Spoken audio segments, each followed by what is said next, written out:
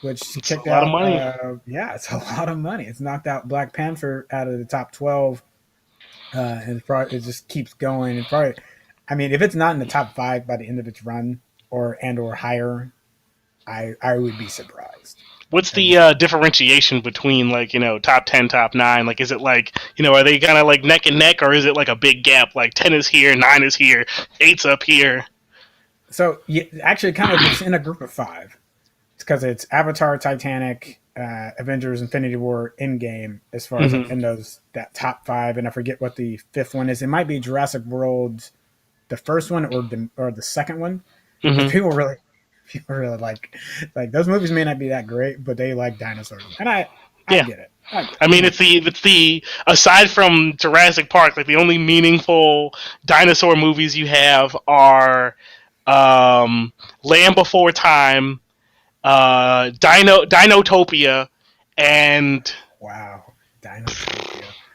that's probably it. Dinotopia slaps, by the way. It comes on the Sci-Fi Channel like every year, like around Christmas. Like, and you could easily sleep on it as like, oh, this is just some stupid dinosaur movie. Like, it's really good. It's a solid piece of sci-fi. Mm-hmm. Yeah, because it was on ABC, right? Originally, if I Um, remember right, and I'm not then sure. I've made only ABC ever seen it Family. on its run through on Sci-Fi Channel, and like they'll show like however many movies or like TV show episodes there, because I always watched it end to end. So to me, I consumed it as a TV movie, but I don't know if it was like a mini series or however it was originally presented. But solid Yeah, film. yeah, cool. But yeah, people love their dinosaurs. People love their dinosaurs, which they will get to love some more dinosaurs this June, because Jurassic World Dominion will be coming out, so they can enjoy that if that's what they're up to. We got a few comments already in here. Cis Blooded, that was the new follow. Thank you for joining us. We appreciate it. Oh, they said it's time. Yo, Taryn, what's our up, Al? wonderful Sis researcher blood. on the team, always ready for some scatting. Thank you.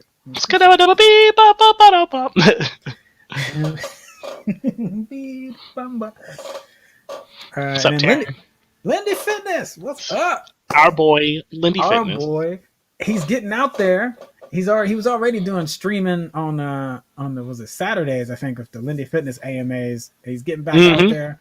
I like seeing it. He's Yep. got another one coming up next Saturday, right? Next Saturday on the 17th. No, is it the 17th or the 15th? That's why I have the end. That's why I have calendars.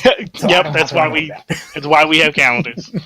Yep. But Lindy Fitness will be happy to know I finally started playing Streets of Rage 4. In my hubris, I tried to start on the hardest difficulty, and quickly I was like, maybe I'll start on hard mode instead. mm-hmm. Oh, so it's on the 15th. Got it. Cool. 15th. Yeah. Feel free to drop a link in for folks. Yeah. So that's not this Saturday, but the Saturday after. Yeah, coming up Saturday.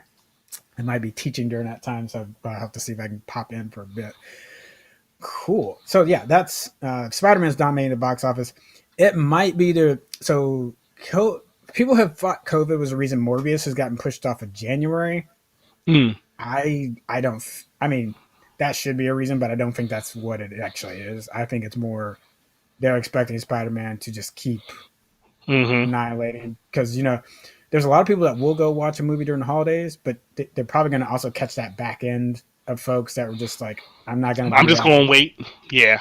So they've got a whole probably big January crowd that's getting ready to come in there and continue. I mean, and there's really, I mean, I was looking at the calendar until you get the Batman on March 4th. Really ain't. There's really nothing else that big that can contend with it. So it's probably going to kill January, and I'd have to double check and see what else is going in that February time frame. But it's probably going to be super solid. Cool. Yeah. Golden Globes. The Golden Globes will still have. So Golden Globetrotters.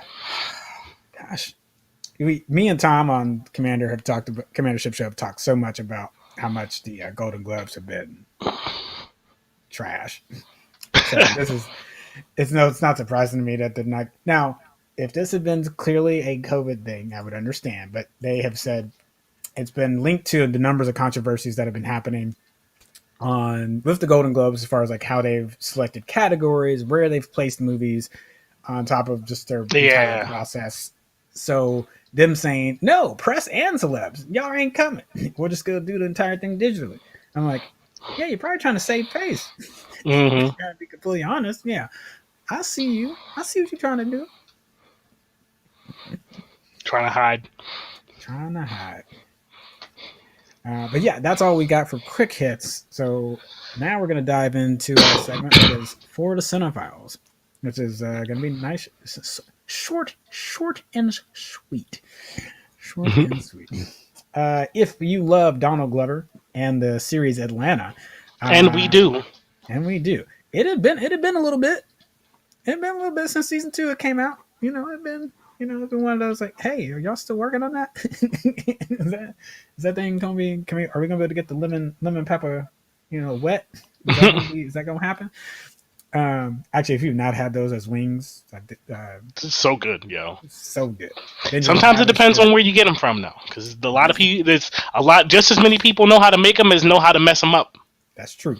I would agree. I would say Bench of Babish did a recipe of them, which I think is super solid. There's other recipes you can grab on the internet, but he was doing it in the spirit of the Atlanta show, and I'm like, no, go ahead, young blood.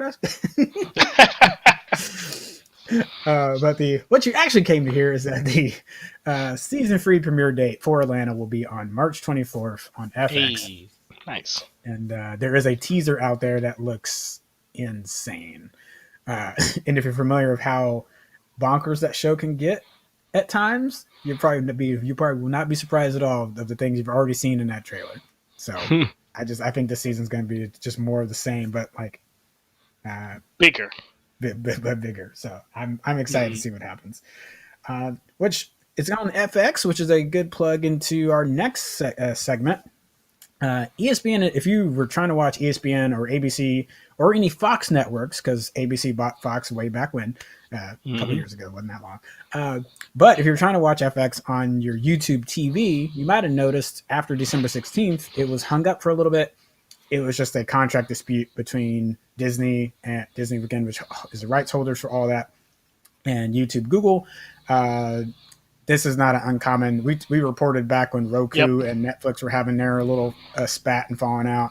This happens all the time. So they quickly got this resolved because YouTube TV has turned into quite a service for folks that want to get their live components along with some of the other cable TV options. So it was a very short outage. There was a little bit of expected name calling that happened between the two, but it was very quickly resolved. So, yeah, if you want to watch Atlanta on YouTube TV, you'll be able to do so, and all the rest of the Disney properties. So there you go. Right on, right on. Lindy Fitness says, "What? The Golden Globes are trash." Yes. I'm trying to tell people. I'm trying to tell y'all. I need more people to understand. It ain't good. If I'm remembering the right award show, didn't they try to label Get Out as a comedy? Yes. Yeah. Yeah, that happened. Hot garbage. Hot garbage. Garbage. Ah, burns. You want to take the yeah, it was his garbage. Hot garbage. Garbage. You want to take the next one at Game Time? Yeah. I'll do one quick plug though.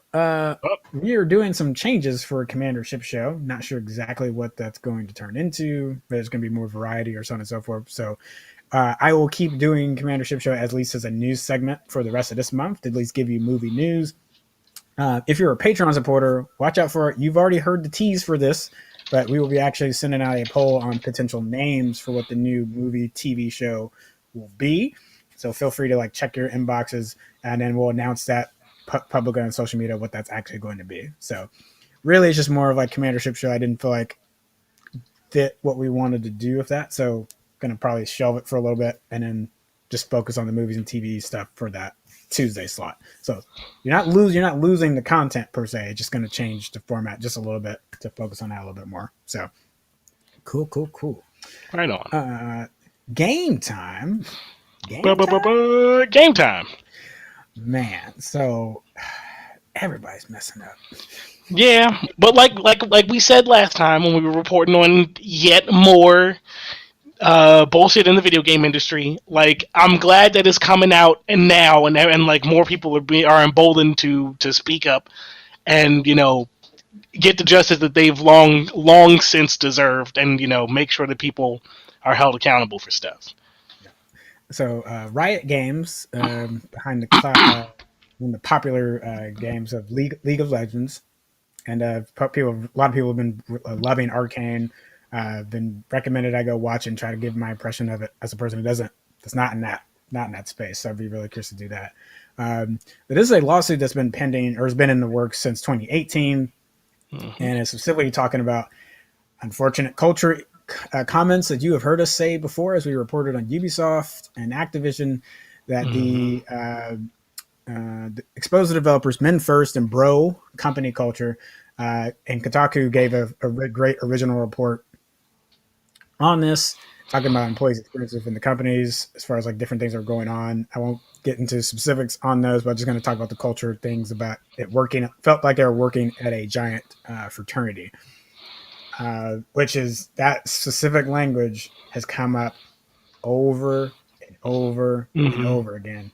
And one that we haven't heard a lawsuit on, but the thing that made me like put a red flag was when someone was talking about Amazon Studios recently, and hearing that, I'm like, okay, I don't have anything. To be clear, I don't have a smoking gun right now, but it's like the second you say it's like being in a frat, like, I like there are good frats out there that are constructive and beneficial, but most of the stuff that we hear about frats is entirely negative, and I don't need to say what those stories are for you to know exactly what I'm talking about. So yeah. I'm gonna leave it at that. Yeah. So we'll just leave it there. But the original lawsuit in 2018 was only asking for a $10 million lawsuit. As more and more information came out, and possibly also to save face, Riot has paid out $100 million lawsuit with additional victims named in this class action. It turned into a class action lawsuit past the original two people that submitted it, which is not uncommon. Is that it could be filed with two people initially coming forward with the intent that as more and more information comes out, that you'll be able to get a bigger payment for everyone that was affected, not just the two people that started the initial claim. So that's not an uncommon thing. So yeah, seeing it balloon from 10 to 100 million, it's not just for those two people, it's covering everyone that was involved in that class action lawsuit. So now again, this has been handled civilly, and does involve quite a few former Riot Games employees, as far as the ones that were named as I guess defendants in the lawsuit, but no word. We have not gotten a word from Riot Games or an official statement on like current Riot Games culture, which would be the thing that worries me a little bit. So like, cool, you're paying out and doing but that's for the past. And this is the thing we keep stressing on the show over and over and over again. Like, what are the culture changes that are going to happen? That's why we've been upset at the Activision president for the longest. Of like, because you've been messing up for a long time. It's like, even no matter what you say right now, it's like you've been totally fine covering stuff up and doing things and shoving things under the rug for like the better part of like 15 years. So it's like you have the ability to make the necessary changes. Yeah, it's like you have like a sizable amount of inertia of bad faith that doesn't just go away because you're like, wait a minute, my bad. Like that's not how it works. You got to do more than simply acknowledge. You need to actually, demonstrate change over time. Yeah. This next one we don't know yet. Oh yeah, so Steam is banned in China? Question mark? Possibly. So one of the news story that reported on it, which is the Gamer, like kind of backpedaled a little bit, but there's some conflicting reports that it might just be a DNS attack, but it's not yet clear because you're getting some conflicting information. So the players in China were reporting that like the Steam storefront and all the Steam community pages that were blacklisted, meaning that you could no longer access it in the country. Now there's still Steam China, which I guess is which is technically I guess a separate app entirely, and like you could still access that and view stuff through that. But like there's not nearly as much stuff on the Steam China app store. So like for the bulk of the Steam library has been entirely inaccessible. Now, if you remember other stories that we've reported on earlier this year, Fortnite got shut down in China back on November 15th. Children were limited to like 3 hours of gaming per week, and the Chinese government put the what's the word I'm looking for? The responsibility of managing the children only play 3 hours a week on the video game companies. Like they have to implement some software that supposedly acts as like a buffer for that. They banned cryptocurrency, and they have a new law or rule or whatever decree that in order for new games to be developed, they have to be free of quote unquote anti-Chinese elements. And since they've come out with that ruling, no games have been approved. So like, and some of the bigger games that that are in China, like what's it called, Dota 2, CS:GO, are both on Steam China. So apparently they're unaffected by this blockade, so to speak. But there's like a bunch of other games that are super duper big in China, where either their entire, like the large majority of their player base is based out of China, or like half of their player base is based in China. There was a couple that this The Gamer article mentions. But where was it? Blah blah blah blah blah. I'm trying to find the bit in the article I wanted to reference. But there's a couple of games that are big in China, and like they're mostly big in China. So they're not being able to be accessed to the Steam library is like, that's GG for the whole community as far as that game is concerned. Pun intended. But yeah, any thoughts on that, Kenny? It's rough. Mm-hmm. I just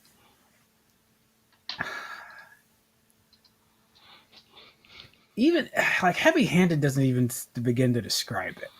Well, I mean, it's less about limiting the games industry individually and more about just controlling media. And like, how do you control people's perceptions of how things are outside of China? You don't let them consume media outside of China that quote unquote goes against the state, or like displays state members in a negative fashion. Like yeah, but then there's the okay. So I guess really what we'll have to dive into going forward is the outside of kids, their limited 3 hours per week deal is how is it being an adult gamer in China? And trying to get a picture of like what does that look like? Because if it's Steam shut down and stuff, but you still have like the China equivalent or the China server equivalent of that, then that speaks to the censorship piece of it. Mm-hmm. But if gaming as a whole is just getting smack slapped, regardless, it isn't, even if you're a Chinese developer, you're only going to make games for Chinese citizens, and they're still slapping you down. That's where my heavy, like, I'm like, you still have game companies in China that could just make games. I mean, yeah, you do, but they need to pass the acceptance criteria of does not contain anti-Chinese sentiment. And when you have like a widely generic phrase like that, like you can just claim that anything is anti-Chinese sentiment. And like, oh, like you have red barrels that explode, anti-Chinese sentiment. Nah, you can't do that. Ooh. Like you could pick anything. So from their the power of the government in that sense, I mean, the power of the Chinese government in China is completely whatever. Like they can do whatever they want. They have the infrastructure to enforce those kinds of things. So there's pretty much nothing that you can do about it. If they don't want you to play games, for more than 3 hours and you're under 18, you ain't going to play games for more than 3 hours. If they don't want you to play games from outside of China when you're an adult, you ain't going to play games from outside of China when you're an adult. Unless you get a NordVPN. No, I'm just kidding. Unless NordVPN wants to, help sponsor the. It's like, do you play games in China? Now you can access Steam. Well, you could just change your IP address to be from Switzerland, and then you can play all the games you want. No, then you can play Raid Shadow Legends. Raid Shadow Legends. Excellent segue. Oh gosh, I know we'll end up doing that someday, but and also I want to be clear, folks. I'm not asking that question as far as an appeasement thing of, well, maybe it's not really that bad. I'm just more of trying to understand intellectual curiosity. Because like trying to figure out what the actual problem is. Because censorship is the easy one. It just the way they're going about it. I feel like they should know. Yeah, it's a big move considering how big gaming is in China. As far as like the amount of money that it brings in to the country, it's like there are so many people who play games that it seems like a really bad idea for your what's it called, for your gross income of the country. What is GDP?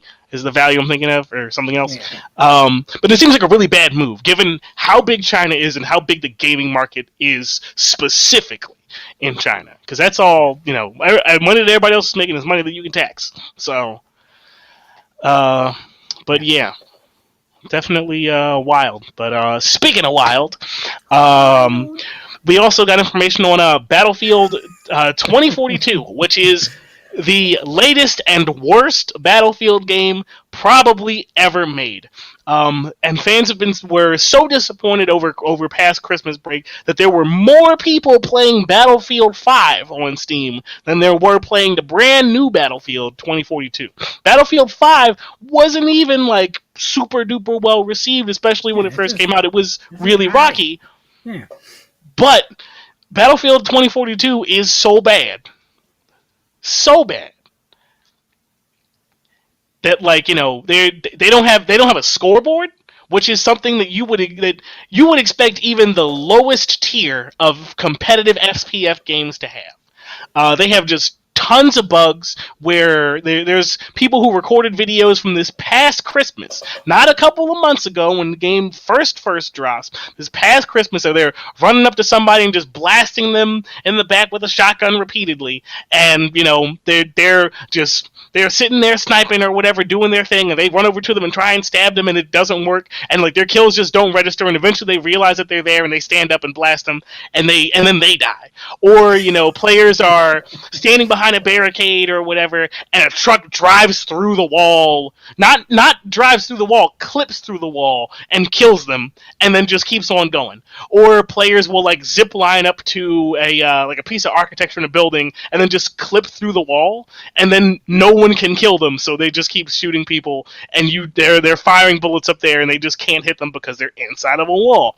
And these are just like all, one, it's immersion breaking, but two, it's just absolutely game breaking. Like, this game is not ready. And so folks are so fed up with it. For the past couple of weeks, people have been asking for refunds. People are just going back to playing Battlefield 5 because Battlefield 2042 is just straight up not ready, and it's bad. Lenny Fitness asked, but were more people playing Battlefield 2042 than Avengers? Almost definitely. So I happen to look at the Steam charts. So Battlefield 2042 lost about 60% of their player base in the month after it came out. So they had 50,000 people playing. I think in November was when it dropped, and then come December they had an average of, I think it was 20,000 people playing, and then like this so far it's like around like 17,000. So the number is like steadily dropping. But when you look at like Marvel's Avengers, it's like there's like 2,000. Maybe probably 5,000 people. I'll say conservatively, having not looked, but I'm looking right now. I feel like there's more people on a single playlist on Halo Master Chief Collection than that game. My estimate was way too high. I had forgotten how bad Marvel's Avengers was. Last month they had a peak number of players of 1,300. That's 1,300 players with an average count of about 680. So yeah, there's more people playing Battlefield than Marvel's Avengers. he Oh said, man, he said, "Oh boy, I forgot." yeah. But yeah, it's been bad. They've done other stuff that people have been upset about, where they've added like a Santa skin to the game or whatever, and people are like, you adding skins to the game, and you got Fix the you base got game. bugs everywhere, and you trying to add a Santa skin to the game. So the fans are not happy, and rightfully so. Rightfully so. Whoo, man. Yikes, for sure. Oof. All right, let's slide on down into check the tech. Check the tech. I'll take this one. You want to take the next one? And we can jump off. Cool. So Testcam is making new cassettes. Everybody loves antiquated technology, and Testcam is here to oblige. Oh, yeah. The company has introduced a new 424 Studio Master High Bias Type 2 cassette. I don't even know what that is. I got cassettes, but I don't know anything about them. I just put them in my little disket. Created for the brand's old Porta Studio 4-track cassette records. Availability for it is only listed as soon, and it's pretty much the next best thing for creators who want to do new recordings on cassette tapes, who obviously haven't been getting any new cassette tapes for a long time. But yeah, they're making new cassettes for the 10 people, I assume, who really want them. That's just vinyl. I get, kind of like cool covers, and then people comboed with that with a digital code. So buying a vinyl also gave you access to digital music. So like if you wanted to help support artists in that way, plus doing the vinyl could go directly to the artist as opposed to like doing Spotify or different things like that. But I mean, yeah, but you could just buy a CD. Well, no, I'm just saying, but like some people really like the vinyl sound and feel. Like it's debatable whether I know vinyl are going to get on me, but it's debatable as far as sound being better. But all right. Yeah, I mean, when it comes to something as pseudo subjective as sound quality, better is really comes down to just whatever your preference is. Yeah. But just cassette tapes, come on, y'all. Yeah, come on. Have y'all? Clearly, the people that want this have forgotten about how bad it can be when your cassette tape messes up. Mm-hmm. You got to keep a pencil nearby wherever a cassette is. So this is just like, let's bring back 8-track. Hell yeah! Hook me up with them VHS tapes. And I almost thought that's what this was. I almost thought no, y'all not bringing it. Come on. About to bust out the VHS tape of Cooler's Revenge. Yo, look, listen.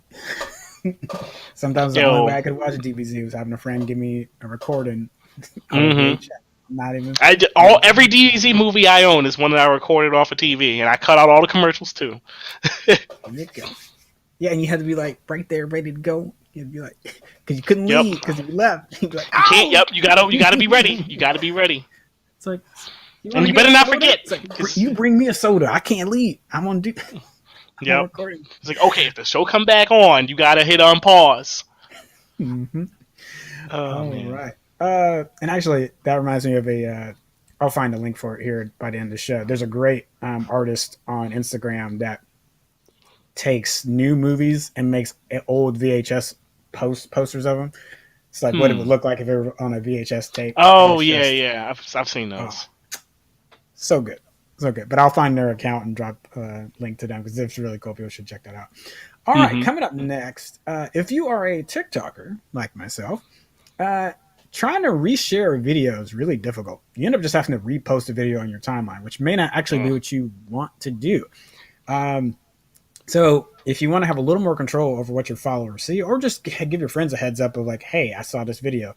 And currently, sometimes that means just sending a message to them, which also people don't do much on TikTok. And a lot of TikTokers think it's weird getting a message on TikTok, which I don't know. I feel like every social media app has a messaging system, so I don't know why it's that weird, but whatever.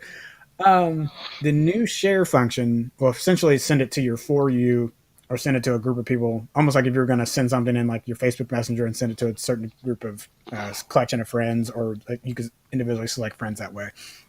But this will help you just reshare a post you've already done in your timeline rather than having to reshare the video for people to see it on on a timeline again. So instead of duplicating the same post, you can just get more views and traction on the same post. Now, TikTok's algorithm is already a little, let's say, interesting, and there's been a lot of conversations about the shadow banning and stuff that's going on. So I'm not sure if it's really going to help with that and whatever corporate policy they have in place that's causing that to happen.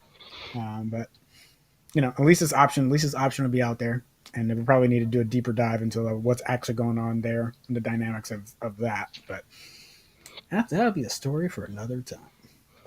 Tune in next week.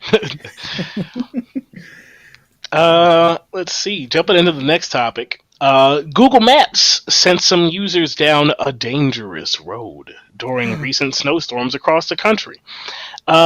People are angry at Google Maps for sending them down dangerous roads. Google Maps is, as we all know, an excellent tool for navigation, but it's not. It's not like it just tracks, road closures sometimes, and traffic congestion, and like that's pretty much it. It's not really a great tool for determining, if Google Maps says you're supposed to go down this offside road and that offside road is full of snow and ice, maybe you shouldn't just do what the Google Maps says and just go a different way. Professor Kristen Colden, that's a great name considering the topic of snowstorms, has recently started a long Twitter discussion over how Google's Maps sends people in the Lake Tahoe region to alternate routes that are extremely dangerous. According to one report, drivers were instructed by Google Maps to avoid highway closures, even on narrow roads, through the Tahoe National Forest. And this all happened during a snowstorm, which means driving on poorly maintained roads is a big no-no, even for very experienced drivers, because you might just end up in a situation where you go out of control. Google engineer Soren Meyer-Epler chimed in and explained that it's sometimes nearly impossible for Google Maps to deal with road closures and to find the correct alternative routes. Sometimes those routes are just going to be simply this will get you from point A to point B because this other road is closed, but that doesn't necessarily mean that with current weather conditions that it is safe to do so. Google explained in an official statement for the cited source that is currently making changes that should help drivers choose the better route to reach their destination. Currently, they display like a winter storm warning in the app, and they claim that that it encourages the drivers to stay alert, especially when dealing with difficult conditions. Because you got to understand, like we've kind of have reached like an over reliance on Google, where you get into a car and you turn your brain off and you throw on Google and you're like, I just got to go. And for some stuff it's really useful, but you got to understand like what you're using it for. Like for me, like I know, like I can navigate anywhere in my city, like mostly through like just kind of knowing where to go or where the street's at. I could find it, but like I want to know what the fastest way to get there is from where I'm at. But I also have to be aware of like, sometimes there's this person double parked in the middle of the street. Google doesn't know that. I got to go around, and like you have to pay attention to stuff. So using cruise control, it is not an opportunity for you to just disengage entirely and to do what the technology tells you. You still need to be involved in the process. It seems like a no-brainer. Like I guess I just wouldn't. Yeah, I guess I just wouldn't expect. If I'm looking for the route, I'm still not expecting Google to tell me that the roads themselves are paved, or what's the word? Yeah. Well, granted, and most of that, to be fair, a lot of people like to harp on that. It's like, but a lot of that's been fixed. Like plowed is the word I was looking for, not paved. Yeah. But the cool thing is, this is a really, if we can get the inputs, I'm going to put on my GIS hat. Mm-hmm. If we can get the right inputs put in on a regular basis, then this could be fixed very, very easily. Totally. Whether it needs to be a user solution or See, I'm trying to figure out what would you. I think it would probably be best done as a user solution in the same way that we politely notify all the other drivers when there's a police officer up ahead. So too can you say like, oh, you like where when there's a snow warning, Google would ask like, yo, is this road plowed?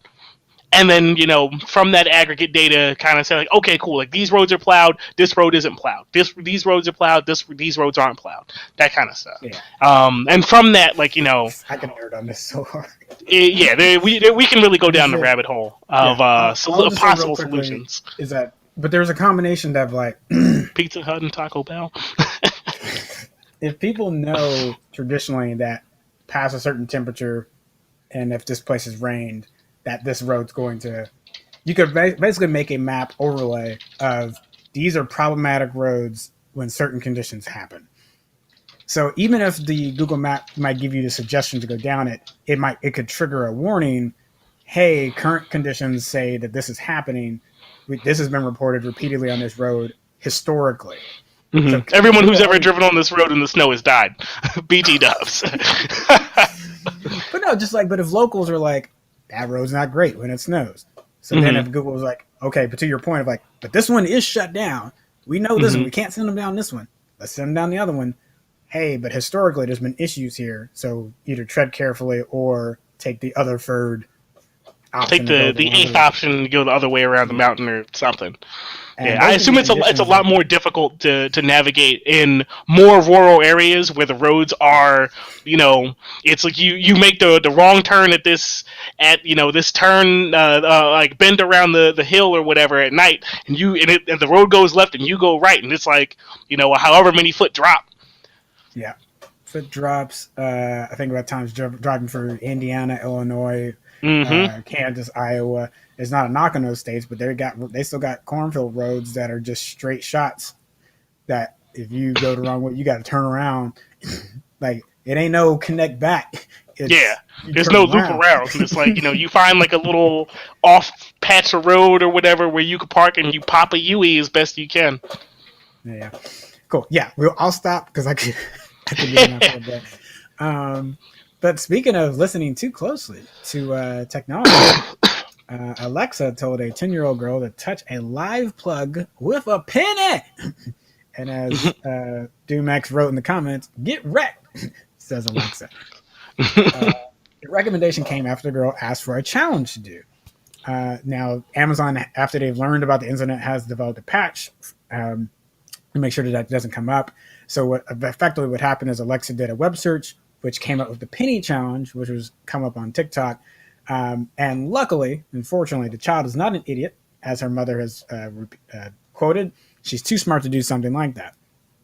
And as the Amazon told BBC in a statement that they gave a patch to make sure that doesn't happen or doesn't recommend that type of activity anymore. I don't know how they're flagging that per se. You know what? Magic. And so clearly there's a disconnect between Alexa not knowing that particular challenge would be problematic for a human being to do with sticking a penny in an outlet. This is kind of like a glaring problem here, though. And it's not actually... Normally, you know how much I would bang on Amazon, and I can do that. But I'm going to set that aside for a second. And I'm not banging on the adult or the kid.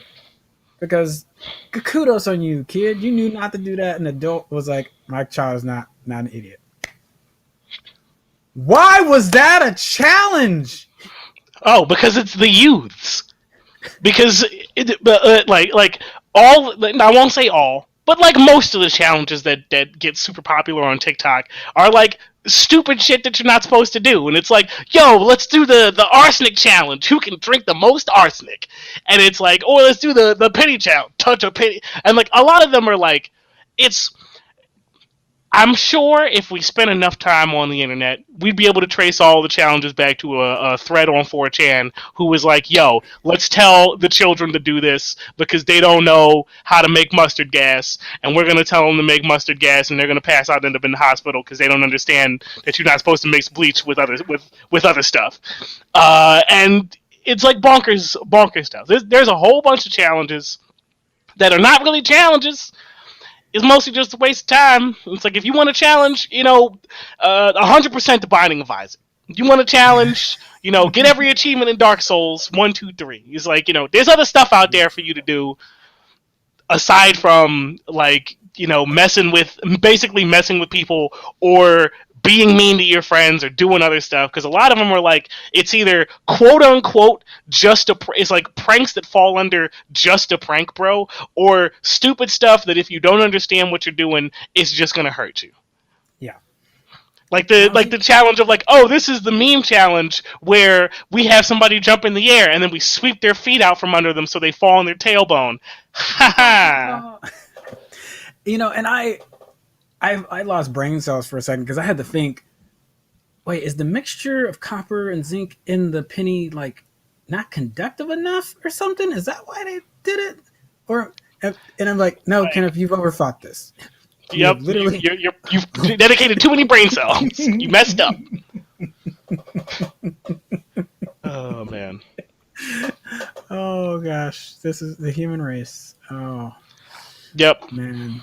If you give people enough anonymity on the internet, they will find a way to suggest that people hurt themselves because they don't understand what they're doing. Yeah. Or they just, appeal to people's mean-spiritedness to exert pain on others over the guise of it's for the gram, or the TikTok in this case. It's for the gram. Speaking of TikTok, though, that delivery service. Yeah.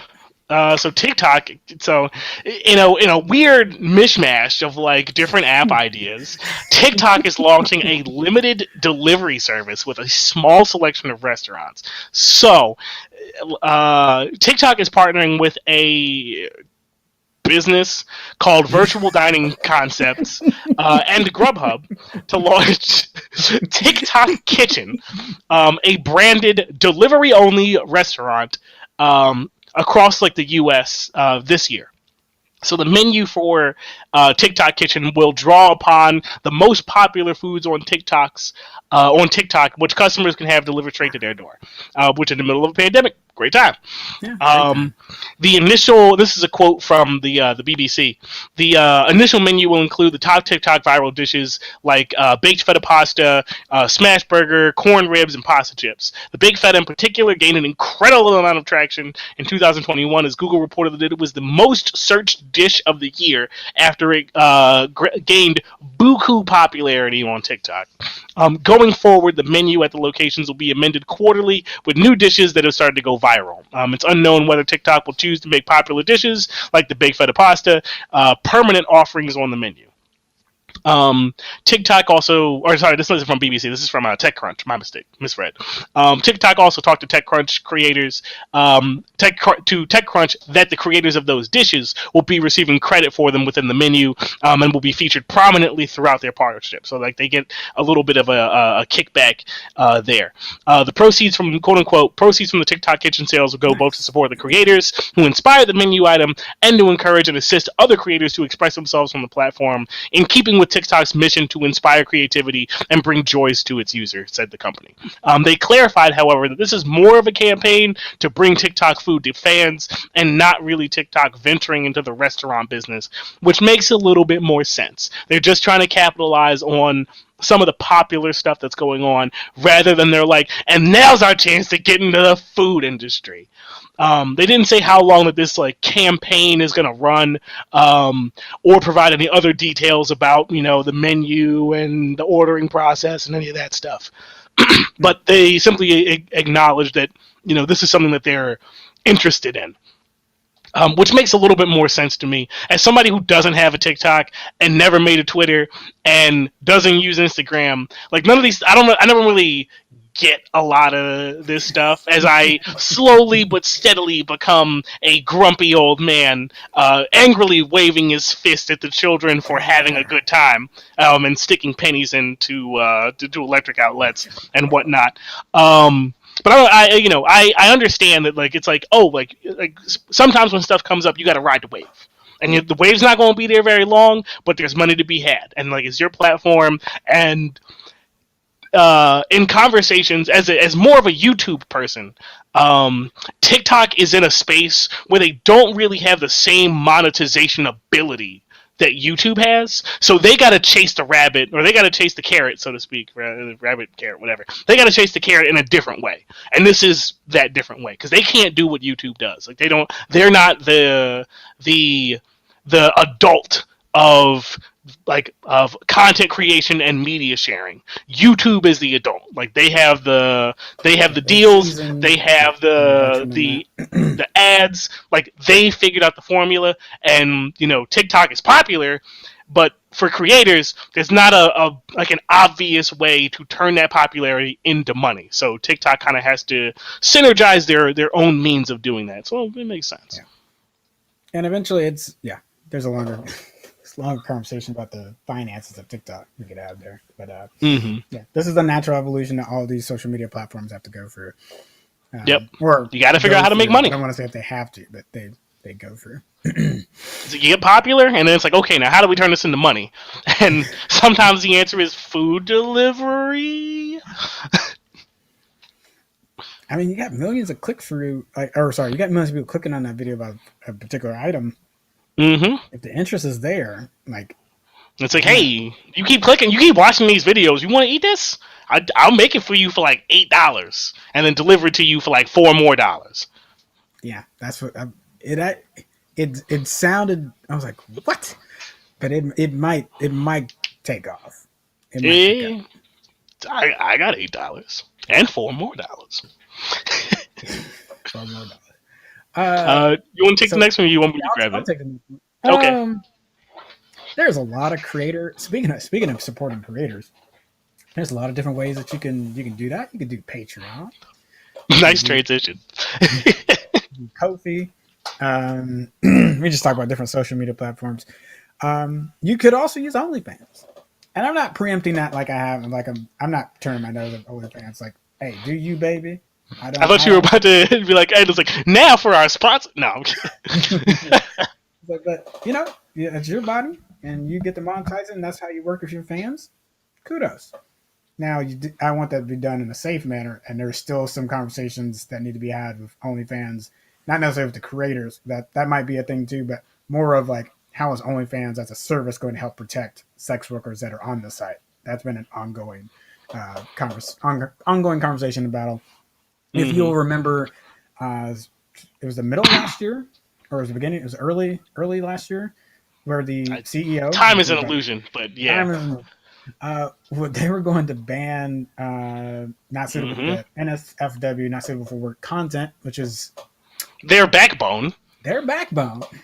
Yeah, their whole company was built on not safe for work creators. Like, what was it? They made $2.5 billion this year, up from 1.2 billion from last year. Yeah, people had time, and then they had the nerve to say we don't want to do not safe for work content anymore. It's like, what you think people come here for? Come here for the recipes and the sports? There's a really great College Humor CEO series where the CEO has to react to something that's happened. The OnlyFans one is just so good. He's like, how much of our site is? I'm like, how did you not know? How did you not know? Now, I thought it was all recipes. Yeah. We'll get to the actual news topic here for a second, but once we're done memeing. But the long story short, the problem that happened, now obviously OnlyFans knew what the majority of their content was. They're not stupid. So there was a push from, I would say, more conservative parts of the political sphere that were pushing on OnlyFans to change. Now, OnlyFans did not actually relinquish to that pressure. What happened is that pressure was put on credit card companies like MasterCard, Visa, anyone that processes a card, so that if they were to accept a payment from any site that were doing not suitable for work content, there were potentially going to be like conflict between them. Ergo, they exerted their pressure on a site, ergo like OnlyFans, and OnlyFans not having a way to then pull in that money got worried. Because again, it's not just like you could switch to PayPal, because PayPal is still pulling from bank accounts or possibly cards, or if you went to like Stripe or things like that, it's still effectively pulling from card. And so that's where the impetus from where that push came from. And eventually, as they stuck to their guns, that challenge went away. Although I need to go back and see if anything is still lingering out Yeah, there. To be fair, in my own opinion, I always felt like their claims of like, it's not us, it's the credit card companies, was incredibly dubious. Because like, as quickly as the decree came to get to squash all of their not safe for work content, like it went away just as fast because of all the backlash. Like of people push back of like, yo, this platform allows sex workers to engage in a vastly safer capacity than other options that exist, and to push them out after like you've built your platform on their backs is like absolutely deplorable. And it was like, because of the massive backlash that within the week they were like, yeah, so we talked to them and they said it was fine. So we just want to, their phrasing was, we're going to suspend the decree to remove NSFW content. So I'm like, nah, like this was a straight up call of your friend invited you to their birthday party and you didn't want to go, so you said my mom said I can't go. Where you just blame the credit card companies when, like, as quickly as it was resolved, if people were really putting the squeeze on the credit card companies, this would have been something they would have never let go. If that was really the case, they would have never let go. But that's why I'll follow up on that piece of it, and it may completely validate. I mean, and I still think what you're saying is completely valid. Yeah. I understand. But it was like, from the very beginning, I felt like it was a dubious claim that the credit card companies were the people who were putting the squeeze on OnlyFans, and not that they were just using the credit card companies as like a scapegoat to be like, oh well, we sorted it out in like 2 days. It's fine. So the news, yes, is that the CEO Tim Stokely, who's the founder and CEO of Tim Stokely, who's headed it OnlyFans during that tenure, is stepping down. Amy Gann, the company's former head of communications and marketing, will step up into that role. And they've worked side by side for a long time. Stokely saying about his decision that they've shared the passion about the creator economy, and that Gann, as a new CEO, said that our priority is to continue being committed to being the safest social media platform in the world.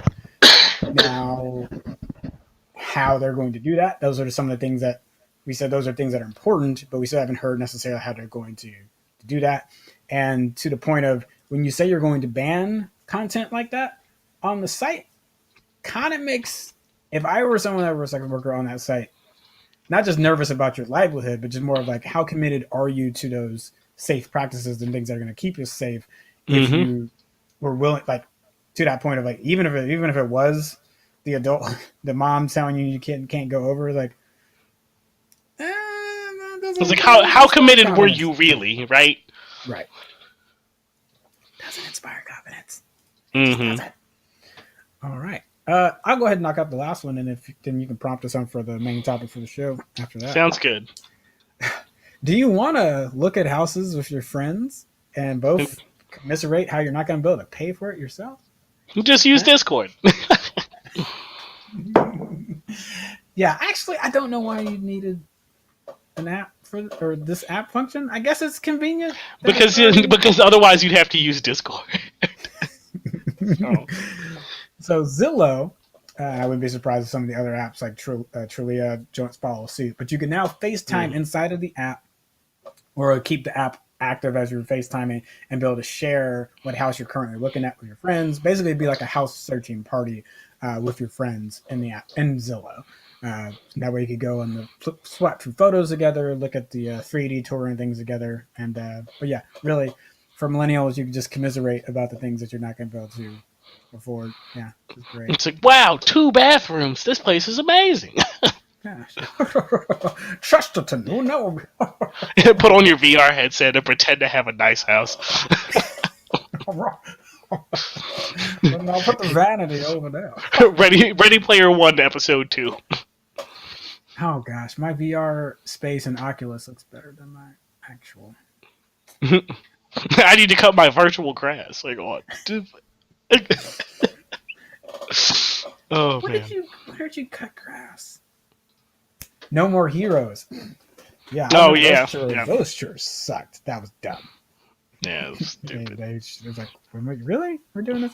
But yeah, that is Check the Tech. That is our tech segment. Jerry, I look forward to seeing what you come out with, come out with on that. It's going to be amazing. But now, blue skidooing into our main topic, the Steam Awards have concluded. So we've gone through, folks have voted on their, what is this, their 10 different categories.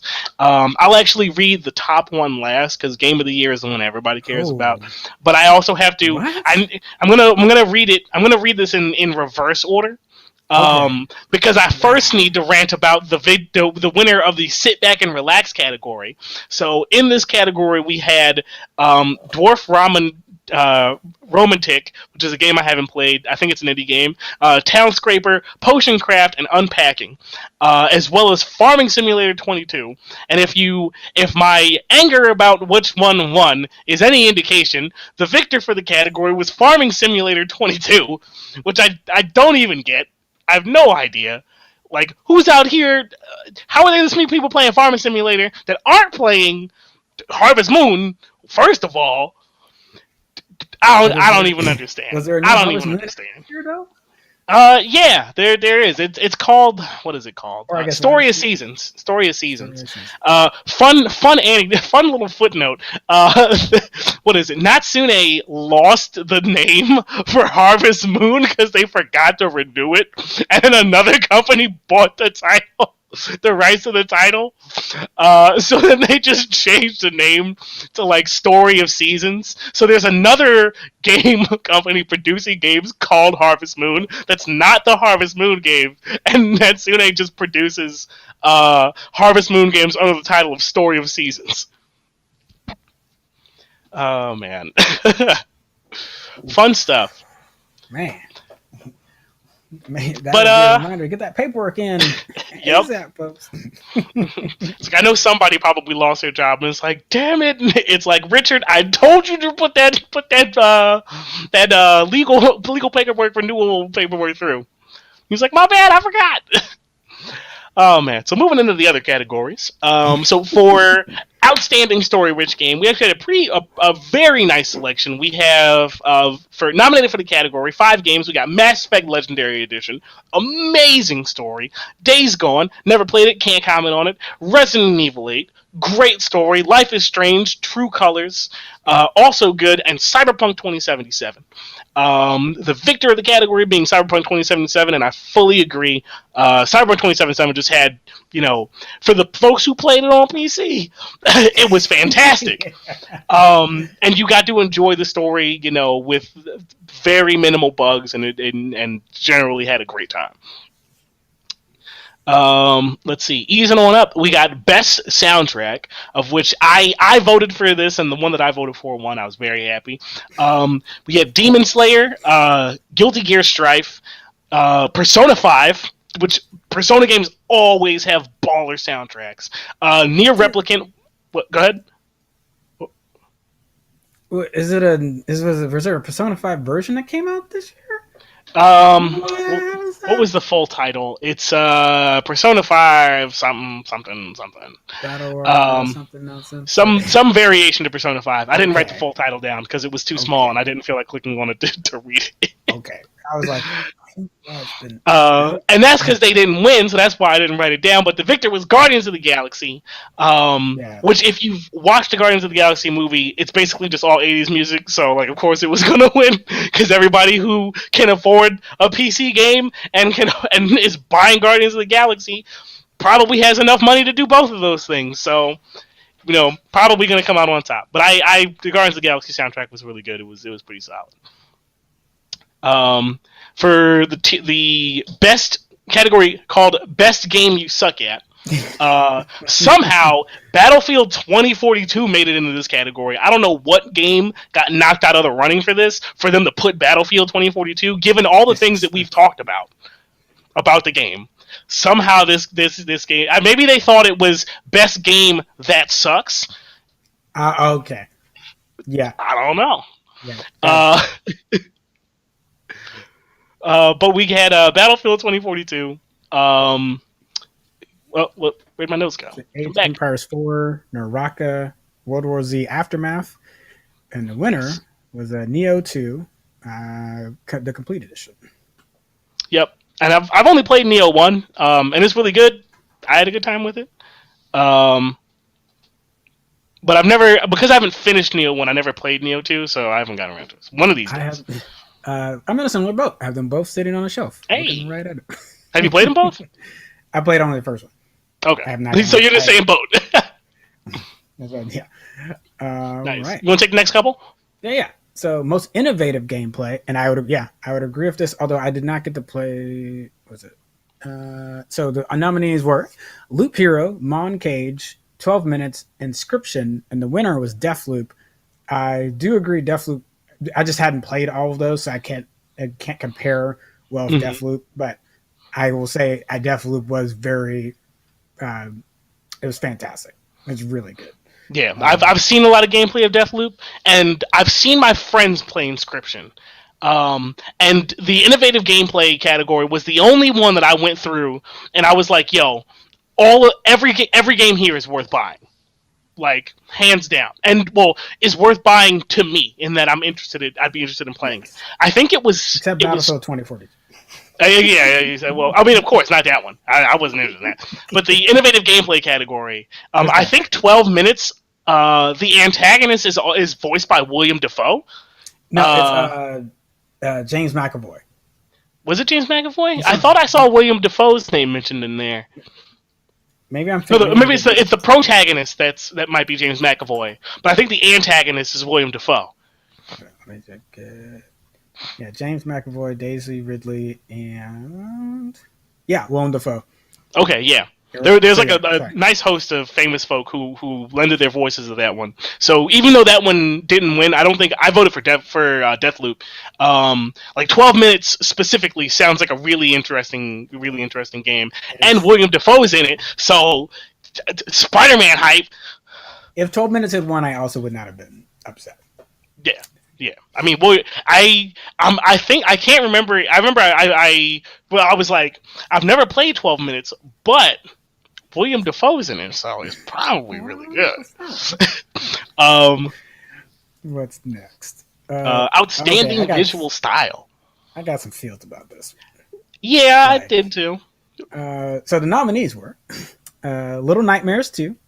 Nice, super solid. Especially if you played Little Nightmares, the first one. That's cool, very cool style. Bright Memory Infinite, that had not gotten to play that. Subnautica Below Zero, had not got to play that. Psychonauts 2, it's my jam.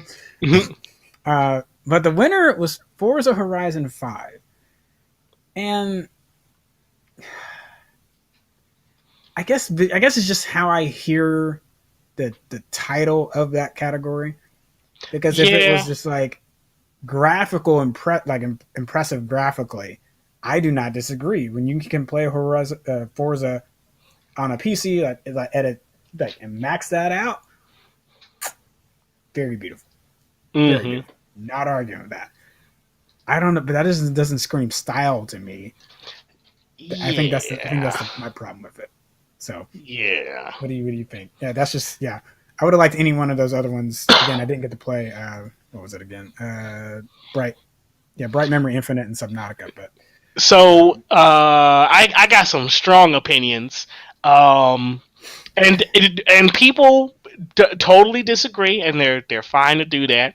I hate Subnautica.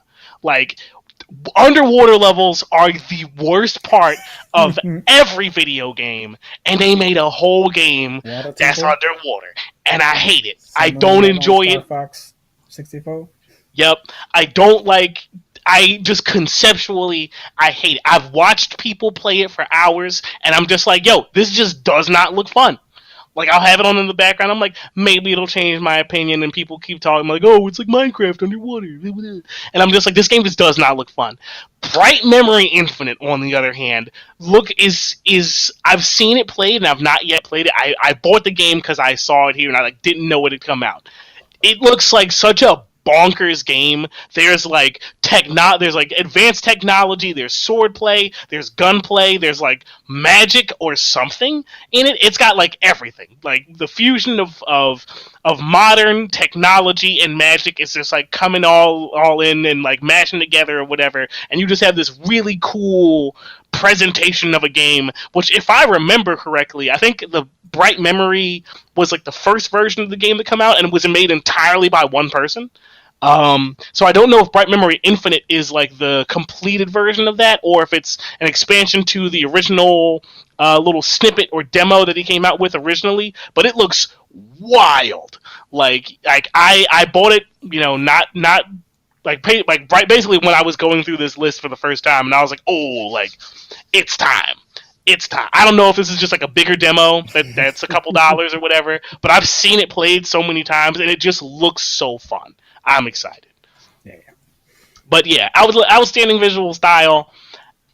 Racing games are cool, but like, I'm like, well, how cool could it be though? It's like, yeah, I can look in the reflection of the car, and I see the building and the other cars next to it. But that's not what I think when I think like outstanding visual style. I think of like stuff like Ori in the Forest or whatever it's called, or Forest. Yeah, Ori and the Forbidden Forest. So like World of Wisp. Yeah. Yeah, like things that are artistic and beautiful, not just like graphically intense. So yeah. Which, granted, I guess maybe the environments you could argue are really, really well tailored. Like it's not just we put some roads together and then some buildings. But what I expect as somebody who got whatever Forza game came with my Xbox 360, and through the many years I owned it, never ever opened it. I assume when I think of like a Forza or a racing game video track, it's like they just pick a road in Sweden or something and then throw it in the game. And Sweden looks nice, so there you go. At least I think so. My the digital representation of Sweden looks nice in my head, so I don't know what actual Sweden looks like. Maybe if you had a friend over there, that would let you know. You could play with them, like this next set of games, which is the category is better with friends. The nice nominees transition. are Halo Infinite, Crab Game, Back for Blood, Valheim. And the winner, It Takes Two.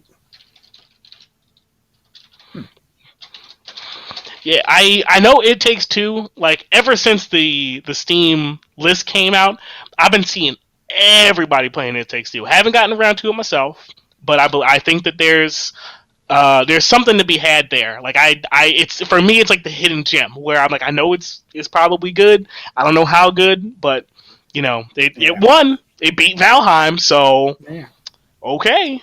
Yeah, if Valheim or Back for Blood had won, I'd be fine with that. Yeah, Back for Blood is all right. There's just a funny thing about Halo being on here. I'm like, a little bit, yeah. Co-op isn't currently playable. You can't believe. I was like, it will be good. It would be better with friends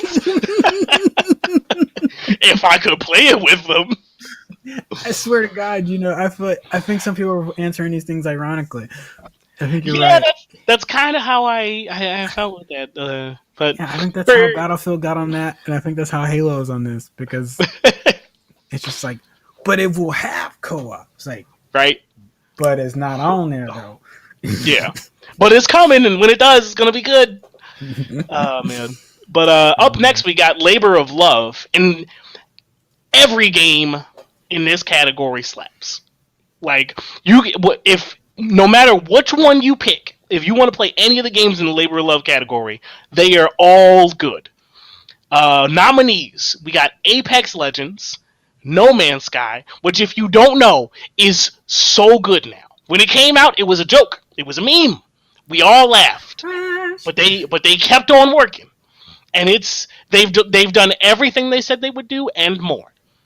Up at number 3 nominee, we got Rust, dope game, definitely got to play. Dota 2 coming in at number 4, and last nominee and victor, Terraria.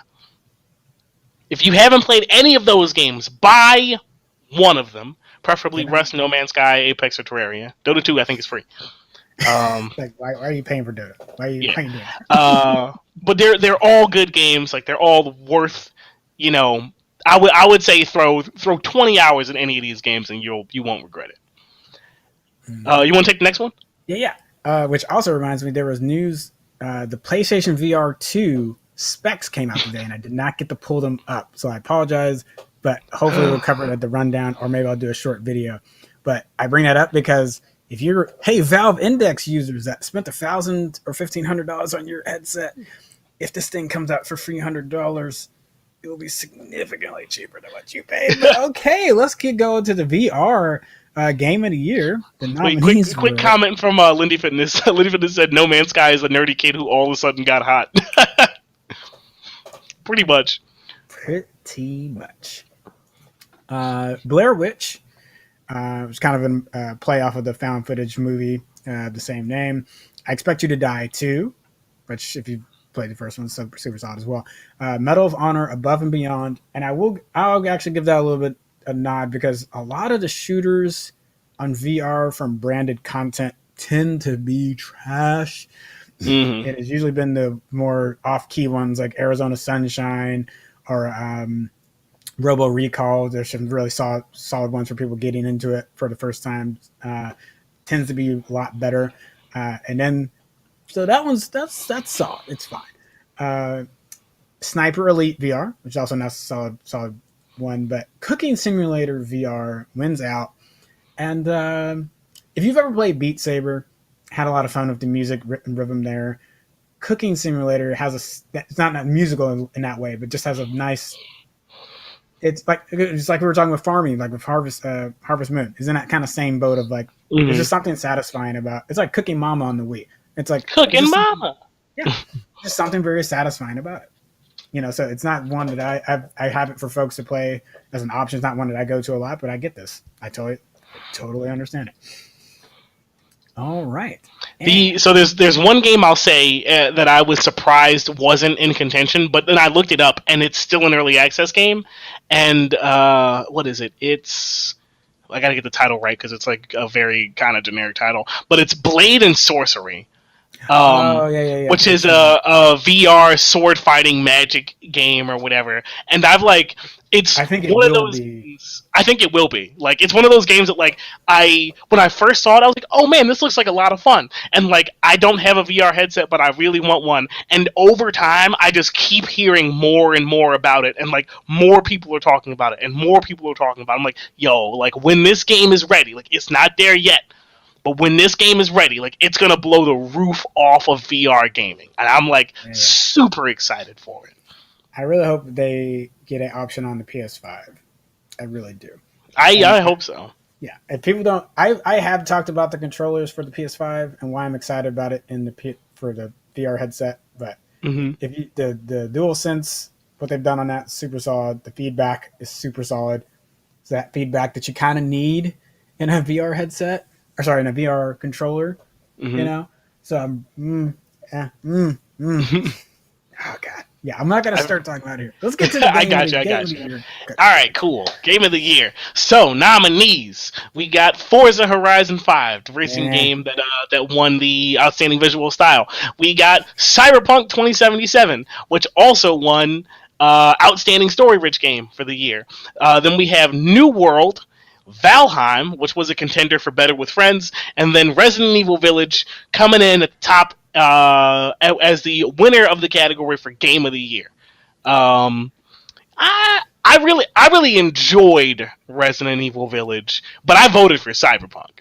Like even with all the stuff that went down with Cyberpunk that I didn't have to deal with, the story and the gameplay of Cyberpunk I just felt like was really good.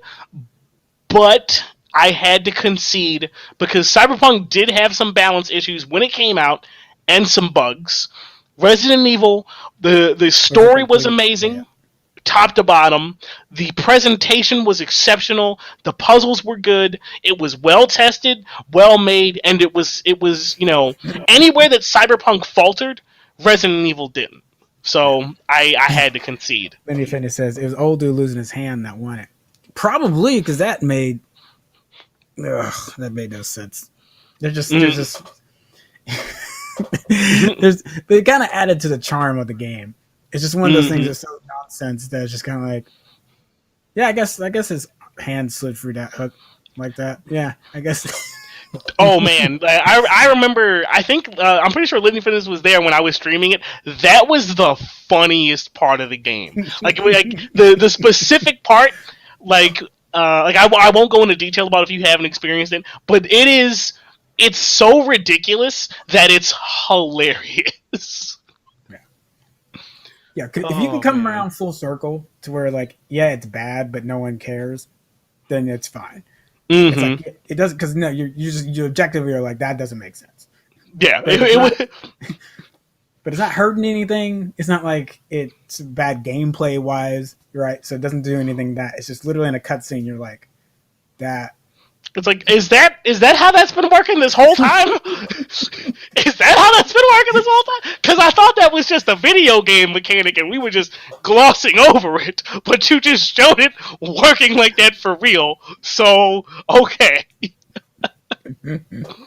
It's like it's not the same, but it's the equivalent of like when you're playing Castlevania or whatever as Simon Belmont and you crack open a wall with a whip and there's just a giant cooked turkey there, and you're just like, well, I am hungry. And like as a video game trope, like we know that you walk over to the turkey and you get HP, but to like it would be the equivalent of like if you had Simon stop, sit down, and like take out a fork and knife and a bib and eat the turkey and get back health and then stand back up and like go fight demons again. Yeah. Oh man.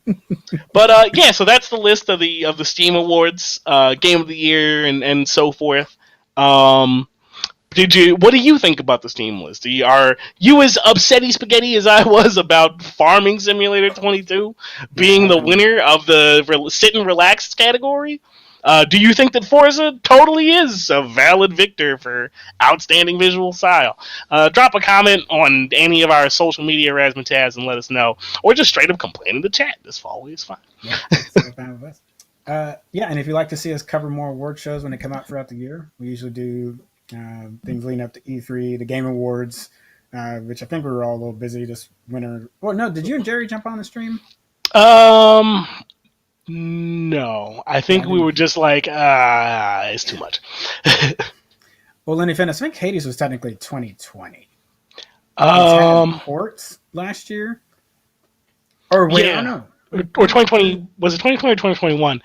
Whenever it came out, I think it did win. I think it was Best Indie Game of the Year when it came out. Because I do remember reporting on it. Because we did that for Game Awards. Yeah, we didn't do Game Awards this 2021, but we did it in 2020. And I think Hades was on that list for the previous for the Game Awards in 2020. But yeah, it's been ported a couple. Like it got a PS5 version last year, and a Series. Yeah, I got a Series X and a PS5 version last year. I'm trying to think. So I think it just had some extra buzz because Game Awards is usually at the end of the year each year, so it probably got another kickoff. Yeah, it won a bunch of stuff. In 2020, it won Best Action Game. It won the Nebula Award, what we talked about this last year for game writing. It won the Hugo Award for Best Game. BTFTA for Award for Best Game, which is the what's it called? I think that's the British Academy something. But it won a whole bunch of stuff. Yeah. So yeah, basically, whenever Hades shows up, it starts popping off. Boo. All right. Alrighty. Last thing for the show. Actually, let's. We got one more thing, but let's do some plugs real quick. Actually, we don't actually have anything this week. I will plug the Quorum next week, starting on Thursdays at 7 p.m. where we're going through Daredevil.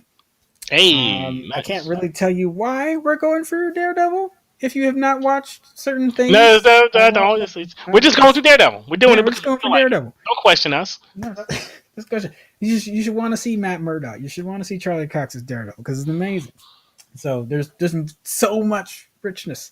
So check out in our Discord the episode list, what to watch each week. I think we're doing about 3 episodes each week, so it's not too much to handle. So you can watch that. You watch it before we do the quorum, and then we talk about it on that Thursday. So it's not a watching party. Although keep your feelers out for what the watch parties are going to be for this month, because we have Elder Millennial Indie Film Club. Sorry, I always forget the whole thing. That's a mouthful. That'll be later this month, and tons of movie anniversaries also are this month and going to the rest of these years. So it's gonna be really fun. It's gonna be a really fun year in that way. Cool. And I already talked about commandership, and we're taking pause on that. So I had an idea. No, Patreon. I almost forgot. Oh yeah, Patreon. We got to give a special thanks to the Patreon supporters because we appreciate y'all's monthly contribution that help us run these live shows and all of our upcoming video series. Want to give a special shout out to Doug Schumann and Shelby Johnson. Woo woo. Now, if you've ever been on Quora, it's the question site, and people can post answers to it. I get notifications all the time about some different nerdy. I'm subscribed to a bunch of nerdy different lists and different things like that. So I get. I'm also on Quora. So I thought, if we don't have a nerd moment of the week, sometimes we forget to pull it on there. We don't always have one. I thought we could just answer a question live on the show. The one I've pulled up. This is from user Elisa F. Phoebe. Who would win in a fight between Batman, Bruce Wayne, and the Punisher, Frank Castle? That's not a great matchup. Batman's gonna win. Batman's gonna win. Yeah, the Punisher's just a dude who has guns and is very upset. And Batman constantly fights dudes who have guns and are very upset. Like maybe if the Punisher, I don't know, took a karate class or something. And like I don't know, 10 of them, like at the same time, maybe. But nah, I feel like that's a Batman victory right there. So, yeah. Lindy Fitness says Frank isn't disciplined. Yep. Okay. I think it kind of depends on the. It might depend on the writer. But I don't think that there's any version of Frank Castle, except for maybe Franken Castle from that one comic, whatever, who might be able to really contend with Batman in like a meaning. Maybe if Batman is asleep, maybe he can kill him. But otherwise, I think that's okay. Batman. But most iterations of Batman out of right. Not. Well, the one caveat I'll throw out. Mm-hmm. In the comic series, was it Punisher versus the Marvel Universe or Frank Castle versus the Marvel Universe, where he's murking everybody? Now, granted, I think it can get a little ridiculous. Does he get? I don't know. Does he get a Green Lantern ring or something that allows him to be able to contend with most of the Marvel Universe? No, this it's a zombie version, right? I'm trying to remember. Is it? I don't know. It's been a while since I read it. Apparently it came out in 1995. But ultimately, to answer your question, no, I haven't read it. So, I mean, if Batman, the Marvel Universe, yeah, I was gonna say if Batman literally loses all of his skills and facsimiles that make him Batman, and he's just a regular zombie, then yes, Frank Castle could win. All right. Okay. Oh yeah, Lindy Fitness said he would get a yellow ring. Yeah, definitely. Yeah, I'm just throwing some possibilities out there. I agree. I think Batman would win that. And all these questions will not necessarily be a matchup question that we'll pull, because we could be doing that ourselves all the time. But there's some really interesting nuances in there about why this particular what is your read on why this scene was shot a particular way, or why did they bring this character in that introduce them in that way. So it's not really always about. I picked a character matchup one because that's what first came up today on my feed. But if you have suggestions, or if you have a Quora question that you'd like for us to tackle, we'd definitely like to do that for you. And it might be a very simple one where we're like, it's Batman. Is it Batman with planning? Does Batman have prep time? Prep time? Prep. Oh, Lindy Fitness says, "What is Asgard's GDP?"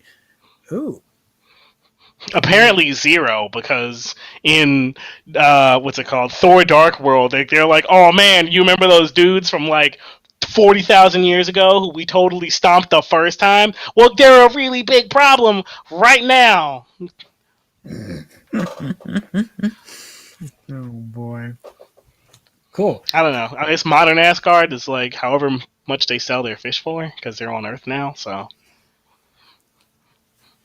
Ooh, that's a good question. They didn't take any gold and stuff with them from. They just let Surtur destroy all that.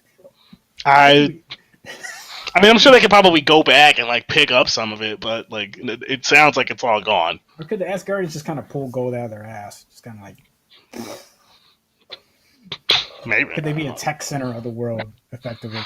I don't know. They just become the new Apple or something. Kind of new Apple. Ooh, Asgard tech. Ooh, ooh, ooh.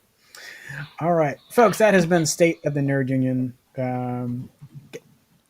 What is going on upstairs? All right, I got distracted. Sorry. This is State of the Nerd Union. I have been Commander Ship. That has been... still am Imminent Doom. We will see you all next week. Peace. What was it Lindy Bennett said? That foundation is all gone. Korg said it.